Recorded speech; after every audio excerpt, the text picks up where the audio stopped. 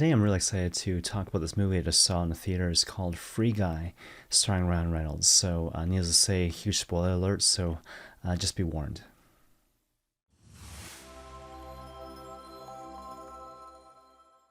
So basically, in the context of the movie, Ryan Reynolds plays this character named Blue Shirt Guy, who's basically a non-playable video game character in the context of this open-world video game called Free City, which was developed by these two programmers, Walter and Millie. And basically, Ryan Reynolds' character, his role in the context of the game is to simply be this bank teller in this bank, which is constantly robbed by other players in the game. Early on in the film, he falls in love with Millie, right? So Millie has a character in the game, Molotov Girl, I believe her name is, and Ryan Reynolds' character, Blue Shirt Guy, is smitten. And as a result of his love for Millie and their kind of ensuing relationship, he begins to develop like hopes and dreams and whatnot, and becomes kind of alive in the context of this video game.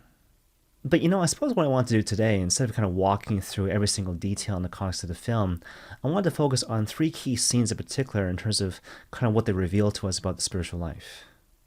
So basically, the first scene in question involves this conversation between Blue Shirt Guy and his best friend, this security guard who also works in the bank in which Blue Shirt Guy actually works. And basically, Blue Shirt Guy is trying to broach the bad news that he's just discovered through conversations with Millie that their world, that the world in which they both live, is actually not real, and therefore they're not real. And so he basically tries to delicately raise the subject by saying to his friend, what if he found out that this world wasn't real, right? And so he's phrasing it like a hypothetical. In response to which his friend basically suggests that he wouldn't be bothered. And at first, Ryan Reynolds' character is totally surprised, but then his friend explains. He's like, look, right now, I'm with my best friend trying to get him through a tough time. I mean, what could be more real than that? Thereby suggesting that quite apart from what has happened before in the past or what might happen in the future, what matters really is the present moment. And in particular, the duty to love. The duty to love, because in the words of St. Paul, what endures to the end but love? Because, of course, God is love, right? Everything else will kind of fade away. Everything else doesn't really matter. So even though it sounds kind of strange, I mean, yeah, what the security guard is saying is actually correct, right? Here I am with the person I'm called to love, and I'm loving him in the particular moment, in the present moment.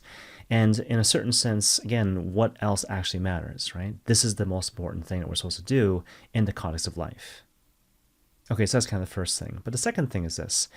Partway through the movie, kind of near the end of the movie actually, the lead villain in the film reboots the entire game because it isn't like the personal agency that Blue Guy is expressing in the context of the game. So again, he reboots the game for that particular reason.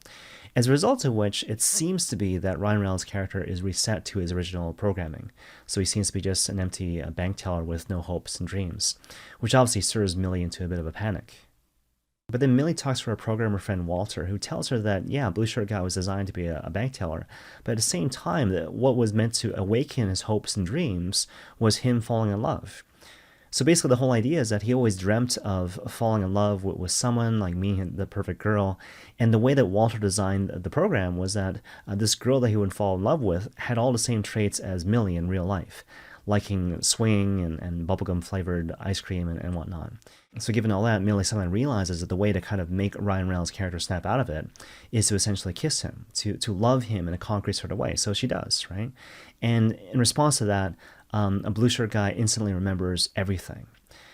Now, for me, when I saw this part of the movie, it reminded me of this conference I attended a long time ago, which was a vocations conference, but at the same time, a conference for seminary formators.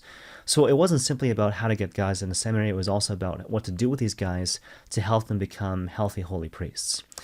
And one talk in particular that really caught my attention was given by this speaker who said to the seminary formators in a room, look, you guys need to create a situation where the seminarians entrusted to your care, not just once, but repeatedly experience that beautiful moment where, look, I can be weak and vulnerable before my friends, and he does not reject me. And so again, I can be weak and vulnerable before my friends, and he does not reject me. And that in turn reminded me of a really important conversation I had a long time ago during my internship year at a parish in the context of seminary formation. So basically, in the context of that year, I was talking to my internship pastor who was saying to me, kind of off the cuff in a certain sense, that it's one thing to name sort of in the privacy of your own heart and the privacy of your own room, for example, that I'm angry or sad and this is the reason why. but to kind of recognize that that's not necessarily healing, right? So again, to name a negative experience that you're having in the privacy of your own room or your own heart isn't necessarily healing or transformative. What actually is to go through that exercise in the presence of someone in whose love you trust and whose love you have confidence, right? And so, for example, to cry in front of someone in whose love that you have confidence, or to get upset in front of someone in whose love that you trust, right? And so the whole idea is that to express your weakness or your brokenness before someone, again, in whose love that you trust or have confidence, that is a really transformative thing. God's love is mediated through the love of another in that particular circumstance. Okay, so that's kind of the second thing. But the third and final scene, which really kind of caught my attention, was this kind of final conversation between Blue Shirt Guy and Millie's character in the context of the video game, kind of at the end of the film. And so basically, Millie, in the context of this conversation, is telling Blue Shirt Guy that, I love you, I care about you, I'm attracted to you, the whole nine yards, and yet I live in the real world, so this can't work, right?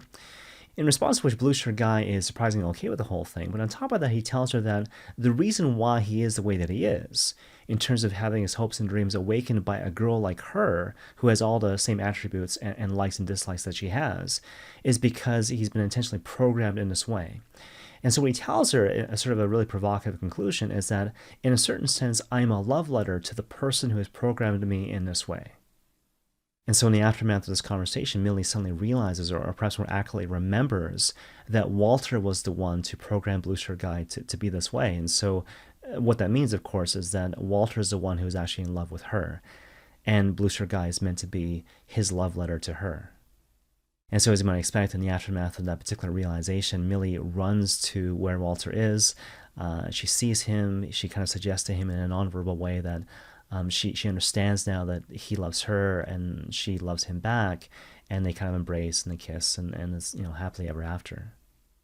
And I suppose for myself, watching this scene, having a certain religious sensibility, being a Catholic priest, I couldn't help but watch this scene and think about the Creator God. And specifically this idea that whenever we experience anything which is good, true, or beautiful in the context of this world, we are meant to see in these things a reflection of the Creator God, who himself is the good, the true, the beautiful. Or to borrow the language of this movie Free Guy, we're meant to encounter these beautiful things in the context of creation and realize that these things are meant to be love letters from the Lord Jesus Christ, who is telling us through all these beautiful and good and true moments, I love you. And may God bless you all.